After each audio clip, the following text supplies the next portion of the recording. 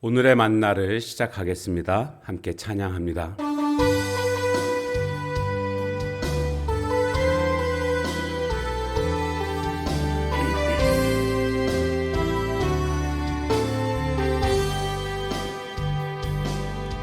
깊은 슬픔 가운데 홀로 방황할 때에 주님은 나를 위로하셨고,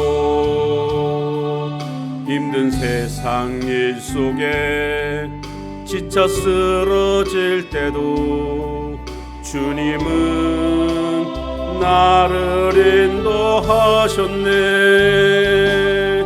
나는 믿노라 하나님이 함께 하심을. 나는 믿노라 하나님이 함께 하심을. 나는 믿노라 하나님이 나와 함께 하심을. 나는 믿노라.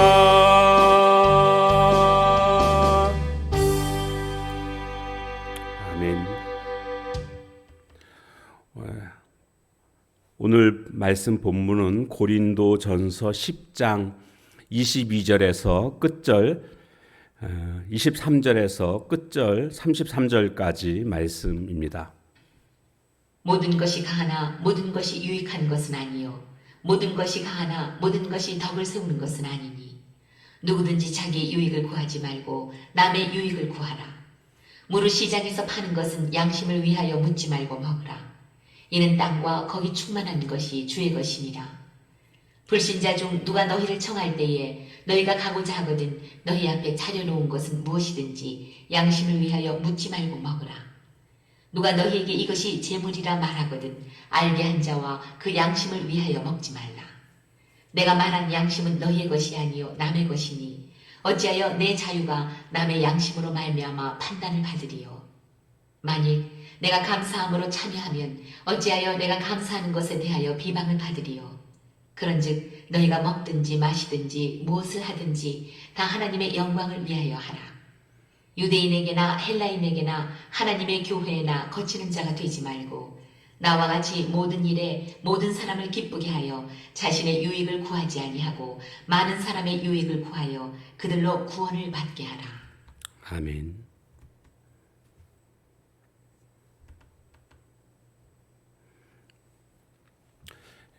고린도 교회는 우상의 제물을 먹어야 하는지 말아야 하는지 이것이 큰 문제가 됐습니다.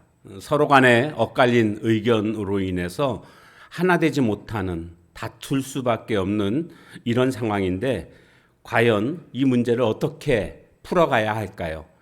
여기에 대해서 바울 사도가 아주 훌륭한 해법을 제시하고 있습니다. 세 가지 원칙을 제시하고 있는데 그 첫 번째는 바로 24절 말씀입니다. 누구든지 자기의 유익을 구하지 말고 남의 유익을 구하라. 남의 유익을 구하는 그런 태도가 되어야 한다라는 겁니다. 공동체 안에 갈등이 생기는 이유는 자기의 주장을 강하게 고집하기 때문에 갈등이 생기는 것임을 알 수가 있습니다. 오늘 우리 그리스도인들은요, 자기의 유익을 구하는 자가 아니라 다른 사람의 유익을 구하는 삶을 살아야 합니다. 그것이 성숙한 신앙인입니다. 어리다라는 말을 여러분 생각해 보면 올바른 판단을 내리지 못하는 그런 어리석은 사람들을 어리다라고 말합니다. 어린 사람들의 특징이 뭡니까? 자기중심적입니다. 남을 배려하지 않습니다. 독선적입니다. 그에 비해서 어른이라는 의미가 갖는 바가 뭐겠습니까? 어른은요, 다른 사람들을 배려할 줄 압니다. 포용력이 있습니다. 양보도 하고 배려도 할 뿐만 아니라 때로는 조금 손해가 되더라도 그리고 서운하더라도 포기할 줄 아는 것이 어른스러움입니다. 오늘 그리스도인들은 성숙한 신앙인이 되어야 하는데 이런 성숙한 신앙인들은요, 자기의 것을 포기할 줄 아는, 나의 주장을 포기할 줄 아는 그런 자가 되어야 합니다. 하나님께서는 우리의 유익을 위해서 독생자 예수님을 포기하신 분이십니다. 오늘 우리도 이렇게 남을 위하는, 나의 유익을 내려놓는 이런 모습이 되어야 합니다. 두 번째 해법을 제시하고 있는데 바로 그것은 무엇을 하든지 하나님의 영광을 위하여 하라는 것입니다. 이것이 바로 31절에 보면 나오고 있습니다. 그런즉 너희가 먹든지 마시든지 무엇을 하든지 다 하나님의 영광을 위하여 하라. 이것은요, 우리 그리스도인들에게 있어서 하나님의 영광이라는 것은 삶을 지배하는 원리입니다. 가장 근본적인 것입니다. 내 주장이 아무리 옳다고 해도 궁극적으로 이것이 하나님께 영광이 되느냐 안 되느냐, 이것이 중요한 것입니다. 내가 타인의 유익을 위해서 배려했다 할지라도 결국 그것이 하나님의 영광을 위하는 것인가, 이것을 살펴봐야 됩니다. 이것이 가장 중요한 핵심입니다.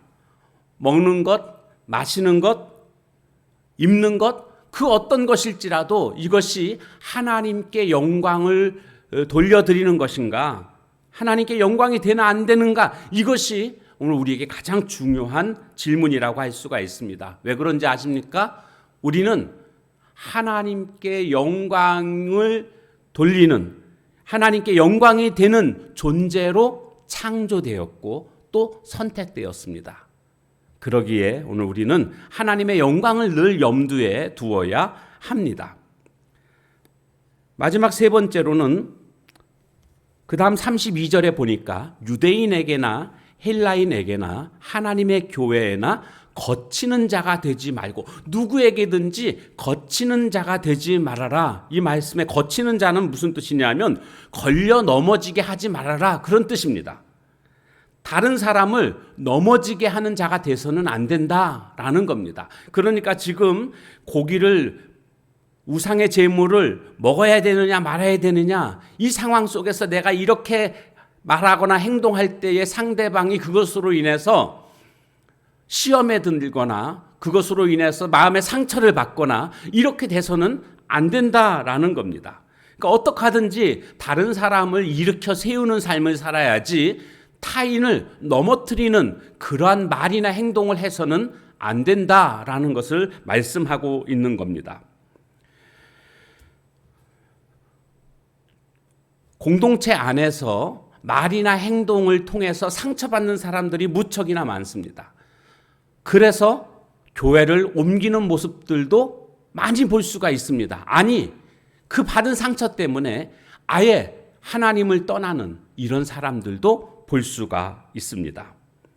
오늘 우리는 축복의 통로 혹은 구원의 통로로서의 역할을 감당해야 됩니다. 그런데 상처의 통로라든가 절망의 통로가 되어서는 안 되겠습니다. 내가 하는 말, 내가 하는 행동, 이 하나하나가 다른 사람에게 시험거리가 돼서는 안 됩니다. 내가 이 우상의 고기를 먹게 됐을 때 저 사람이 상처를 받게 되고 시험에 빠진다, 그러면 먹지 말아야 됩니다. 근데 저 사람이 내가 먹어도 아무 문제가 없다, 그럼 먹어도 되는 겁니다. 그러니까 다른 사람이 상처 받는지 안 받는지, 이것이 굉장히 중요한 요소입니다. 오늘 우리는